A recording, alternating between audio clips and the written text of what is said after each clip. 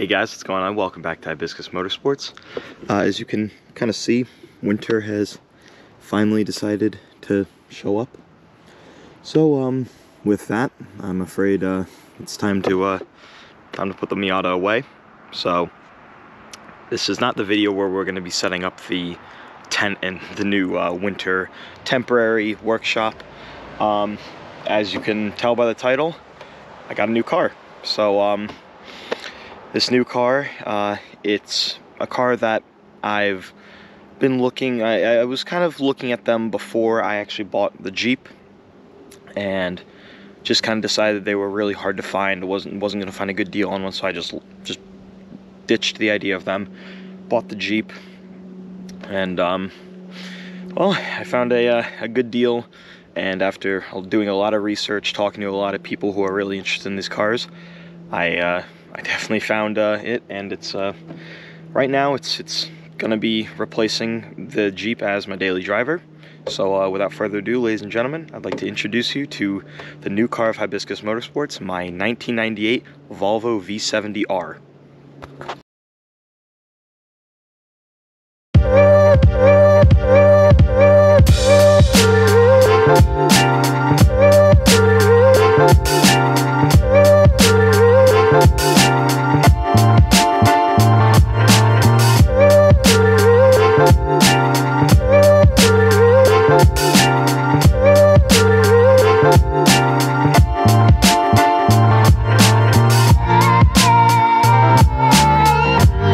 So as you just saw, this is my brand new car. This is my Volvo V70R. Just, you know, we're gonna kind of talk about it a little bit of why I wanted one of these. So before I even considered the Jeep, like I said in the intro, I was looking at Volvo wagons, not specifically V70s, but I didn't know that much about Volvo wagons back in the day. I just kind of knew that they were cool cars. I knew that, you know, a lot of people like them, people even race them, things like that. But I wanted a daily that would be practical, would be a little bit sporty, and just be just an overall cool car, not a car that a lot of people have. And I couldn't really find that, so I decided to not so much settle, but I decided that the Jeep would be the best of everything I needed, that it would give me a good, reliable car that would get for okay gas mileage for more of a truck style vehicle, had good cargo space, could fit all my friends in it, sorry. But over the year, about slightly over a year now of me owning the Jeep, I've been having some issues with it. So let's go look at the Jeep now. For one, obviously this Jeep does have like a little bit of rust on it, things like that. Obviously you're not going to get away with that with an old Jeep like this. This one's 23 years old, so you can't get away with that, or can't get away from that, I should say, sorry. I mean, it's just, I've had little issues with it, whether it be the vapor locking issues. I've had a couple check engine lights come up on it. Nothing major, but just little issues that just kind of like made it annoying and a nuisance to actually have to fix.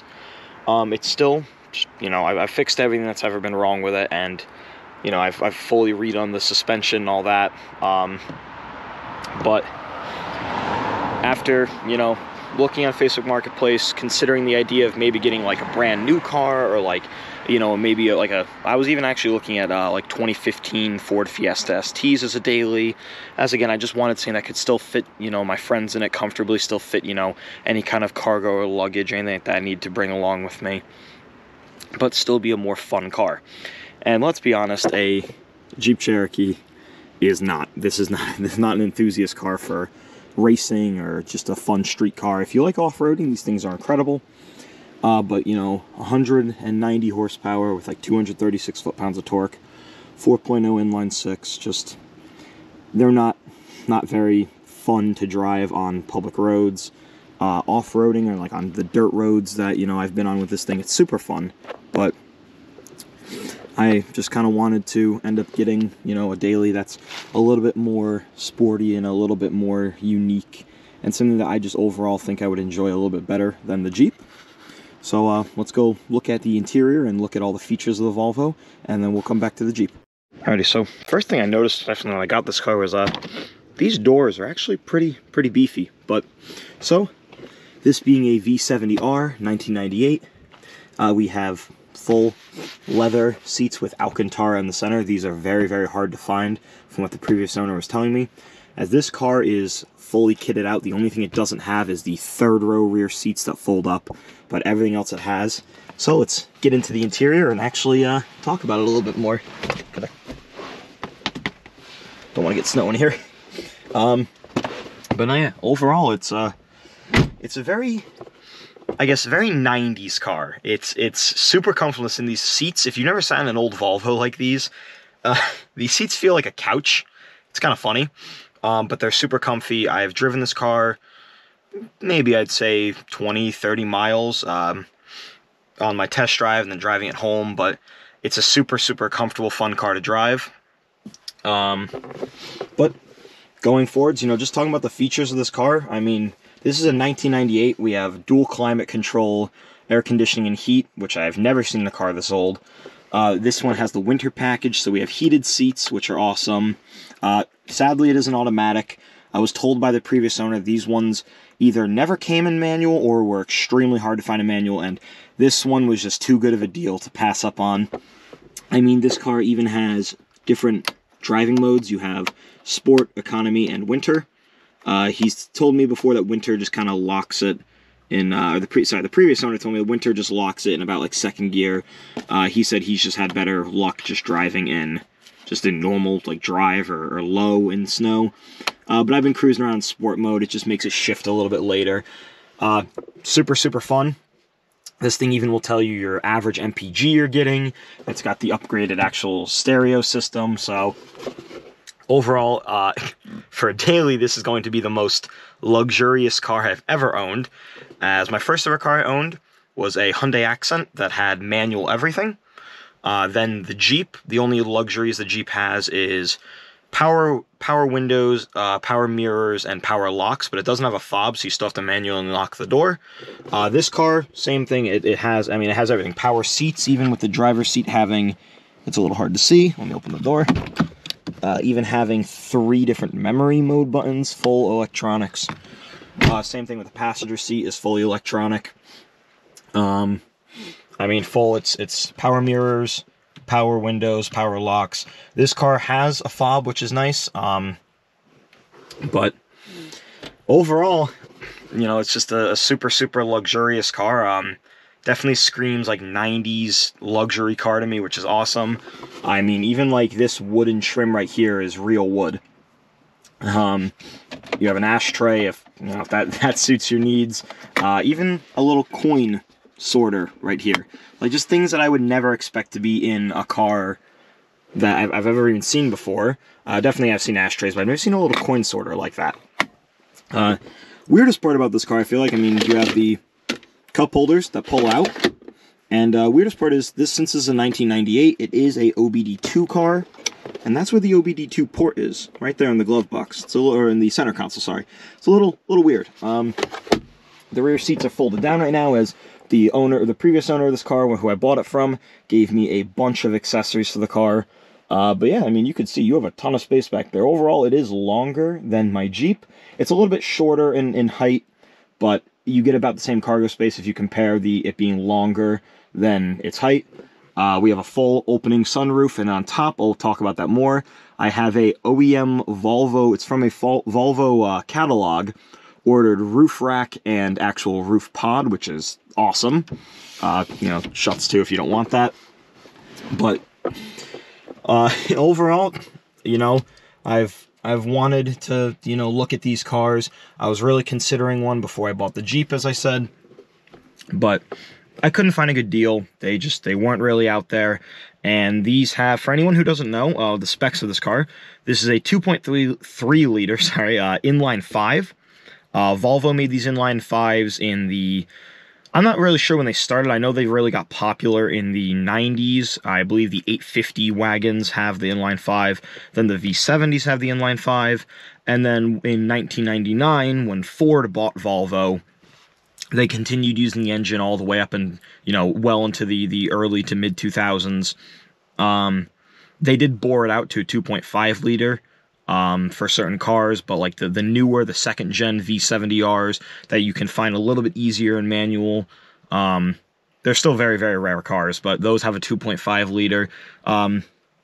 But this is a 1998, so this is the last year of Volvo owning Volvo. So it's a super reliable, super just bulletproof engine. I've seen, you know, when I was looking at Facebook Marketplace, these cars, the average I was finding was like 312,000 miles on these cars, and mine has 127,000 miles on it. Again, as I said, there's no rust at all in this car. This car has had thousands of dollars of work and maintenance put into it, so that's another real big reason why I bought it, is because if these cars are well taken care of, they live forever. If not, then they kind of start becoming money pits. But overall, you know, I just wanted a new car that would just be fun. I mean, just driving this thing, this is definitely the fastest straight line car I've ever owned. It makes 240 horsepower. I don't know how much torque it actually makes. It's not crazy fast, especially because the turbo is an old style. I believe it's a scroll type, but I'm not 100% sure on that. But it does have a little bit of lag until you get to like about 3,000 RPM.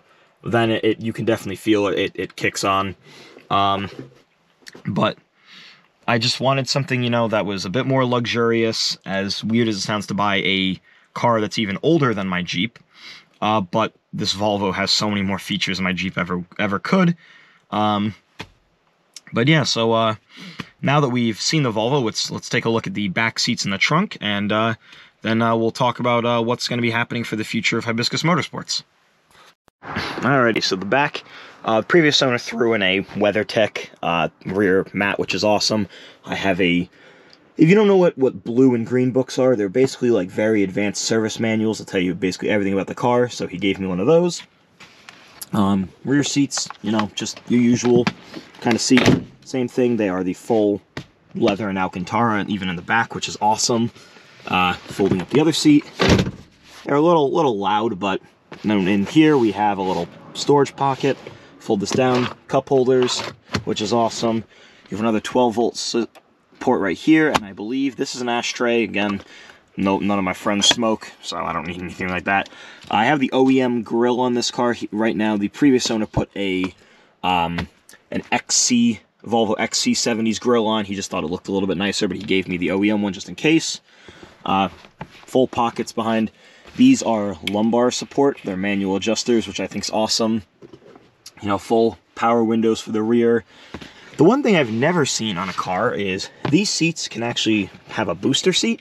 So there's a little handle right here you pull up, and then the actual seat's a little hard to do with one hand. The actual seat will lift up, and let me just try to get this to work. There we go. Come on. It's a little hard with one hand, and they click in. And so if you have kids who are outgrown car seats and just need a little bit of a boost just to lift them up so that the seatbelt fits them better on both this side and on that side, it's got little booster seats, which I have absolutely never seen in a car of this age before, to be honest. I've never even seen this in general in a car. It's really hard to undo with one hand, so we'll do that later. Still a decent amount of trunk space too, in all honesty, even with the rear seats up. But I mean, these seats are just super luxurious. This rear seat literally just feels like a couch. We're gonna go pop the trunk now and go from there. So this is the rear. You still have a decent amount of cargo space back here, even with the seats folded up so people can sit in them. Nice little thing is Volvo put little tie-down points on back here. If you have to put anything big down here, you have to strap. This is just an aftermarket WeatherTech mat. Under here, you have a little lockable storage box with a little... In here also is that little black mat that unfolds and covers the rear bumper if you need to put anything back here. Go a little bit further up, the spare tires under there too, and the little Volvo included toolkit. But yeah, so that's basically about it for back here. It's nothing crazy. Now we're gonna go up front and check out the engine bay. It's just, you know, like I said before, a 2.3 liter inline 5 that powers this thing. Now it is all-wheel drive, but it is a front-wheel drive main setup. So nice thing too is that the hood, this engine bay is massive, but the hood just supports itself. So Volvo, you know, it's 20 valve obviously. Inline 5, this one still has a distributor, so no coils for me. Turboed, like I said before. Actually, let's see if we can actually see the turbo back there. I don't think we can, but there's a lot of heat shields, but it's right into those heat shields. But yeah, so.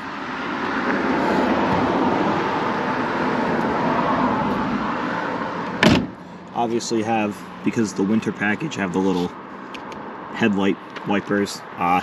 Previous owner said he unplugged them just because these headlight housings, if you don't on Volvos and old ones like this, are glass. So those little wiper blades can scratch them up. Still snowing a little bit, so throw those back up. But so yeah, up here, this is what I was talking about before. Just Volvo cargo pod. It can open from either side, either this side or the driver's side. Has a little key for it, which is really cool. This is an actual OEM Volvo accessory that was ordered out of a catalog, which I think is awesome. It's not just some just aftermarket one that somebody stuck Volvo on. It actually is the official one, which I think is really cool. Man, everything on this car is just hard to do with one hand. Oh, no, that's the right key. Okay. So, overall though, I'd say definitely it's a cool car. Maybe I don't have the right key. Maybe I was trying to put it in the wrong way. No, that's definitely not the right key. Still getting used to having this car and learning everything about it. Here we go. This is going to be the right key. Yeah, there we go. And then cargo pod just opens right up like that. Oh, it's got some snow on it. There we go. Some icicles, but opens up just like that. And then just lock it, and there we go. Alrighty, so now with the snow coming down a little bit harder, and we've gone over the Volvo, it's time to get a little more serious. Time to talk about the Jeep. So, the reason why I say it's time to get a little bit more serious and talk about this thing is, I bought that Volvo to be a daily driver. Now, if you don't know, if you're new to the channel, this is my Jeep Cherokee XJ. It is my daily driver currently. So, I'm afraid what this is going to come down to, and really pains me to say, but it's time to sell the Jeep. So, you know, you might ask yourself why, make this a dedicated off-roading car, just make the Volvo your daily, anything like that. But so first things first, I've owned 3 cars before. I've owned 2 back when I was trying to sell my first ever daily. I owned it when I bought this Jeep, and then I owned my Miata. It wasn't fun owning 3 cars. It was just a hassle of having to deal with all 3 until I finally sold my first car. I don't have the space or the time right now for 3 cars. So, after owning this Jeep also for about a year, or a little over a year now, it has shown me some things that I'm not the biggest fan of about daily driving a Jeep. So what I mean by that is, as cheesy as it is, and it shouldn't really be a huge reason, but gas mileage. I bought this car knowing it was not going to get good gas mileage, but it's definitely not good. I don't know fully what it is. My guess is maybe like 10 to 14 miles per gallon. And just test driving the Volvo and bringing it home, it's already getting close to double what the Jeep's getting. So that's definitely a big issue with this car. And then going on from there, it's just, I want something a little bit more sporty. I feel like I want something that's a little bit more engaging to drive, because as I kind of go on and realize that my Miata is getting less and less fun to drive on public roads. On the track, it's still tons of fun, but the Miata's, just becoming a true dedicated race car. And like all true dedicated race cars, they don't go on the road. So it's becoming to that point where the Miata is starting to transition to being a full race car. So with the Miata being a full race car, obviously, I wanted a more fun, sporty daily, and that's where the Volvo comes in. So this is really like emotional, I guess. I really enjoy this car. This Jeep has really been a great car for me. But I think it's just finally time to, the Volvo fits my lifestyle right now a little bit better. And as much as I really enjoy the Jeep, it's not, I'm not getting rid of it for anything mechanical or anything like that. You know, it's not anything like that, but I want something that just, you know, it maybe is a little, because I always like unique older cars. It's just how I am. I enjoy these cars. I think they're really cool. I love to keep old cars like this alive.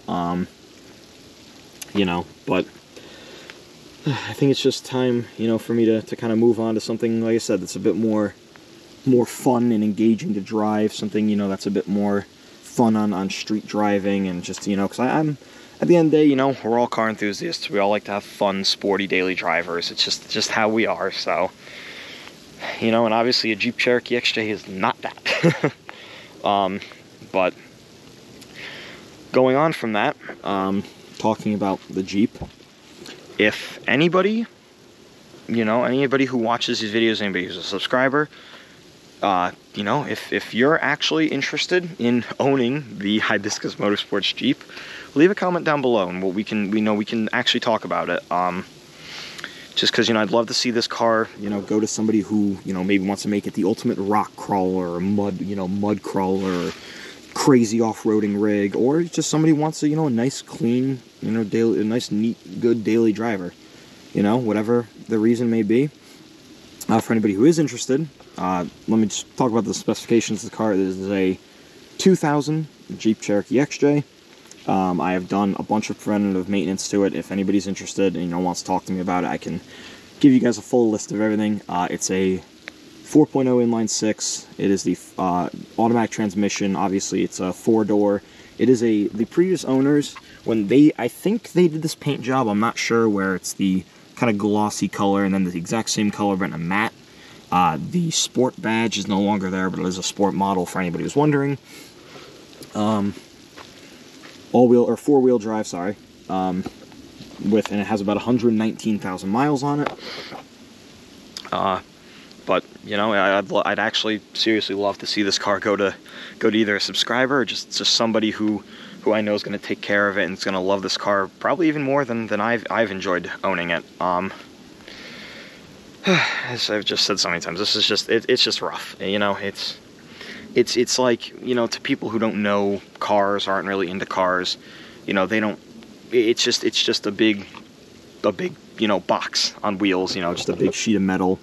And glass and rubber and all that. But these things, you know, to car enthusiasts like us, you know, they talk to us. You know, they this sounds so cheesy, guys, but, you know, these cars, they show us, you know, and we enjoy them. You know, that's why we put so much time and effort and money into them. And, you know, they end up breaking on us, and we fix them. We don't just throw them away like a lot of people do with cars. You know, these things to us are more than just something that can get us to point A and point B, you know, from point A to point B, sorry, faster. You know, these things are almost like they're living, almost like they're alive, almost like they have a soul to them. You know, and each one's different, each one's unique. I know this sounds so cheesy with it and just like weird, but that's honestly how I view cars like this. Also, quick off-topic side note: if anybody's wondering, if you keep seeing that in there, like the wheel, those are just OEM Volvo XC70 wheels with snow tires. I just picked those up today, and I just never got a chance to take them out yet. For the Volvo, for the snow, because obviously, as you can see, it's snow. But, so just going from the Jeep, and now going to the Volvo, you know, it's going to be, I feel like, a more enjoyable daily driver for me. I still get the practicality of the wagon. You know, it's going to be just a much different car. I'm going to have to get used to it, but that's about it. So, you know, for anybody who watches my content for the Jeeps, you know, so subscribe because of my Jeep content, I'm very sorry, guys. You know, I sat long and hard, thought about this. You know, I had consulted a ton of people about my options, and everything really was just pointing towards the Volvo over the Jeep. It's not that there's anything, like, you know, mechanically wrong with the Jeep or anything like that. It's just talking about what I wanted in a daily driver, in a car that would be fun on the streets, is all points towards the Volvo more than the Jeep. So again, like I said, if anybody is interested, you know, leave a comment down below and we can talk about it, you know, talk about, you know, everything about potentially you buying the Hibiscus Motorsports Jeep. But, so, before I keep rambling on for no reason and end up saying the same thing 8 times, I'm gonna say that's gonna do it for this video, guys. For anybody who's also wondering about Volvo, driving the Volvo content, I'm sorry, it's not registered yet, so I have to wait until later this week. But in the next video, we'll definitely have content about driving the Volvo and talking about it more. But yeah, so you know, again, for anybody who's the Jeep is why you're here, I'm very sorry. You know, it's just as time goes on, it's time for, you know, Hibiscus Motorsports is going to evolve a little bit and change, so I'm very sorry about that, guys. And for anybody who is here for exclusively the Miata content, don't worry, the Miata's never going anywhere. That's going to stick with me forever. That car is my number one car. No, I've never owned a car that's meant more to me than that car.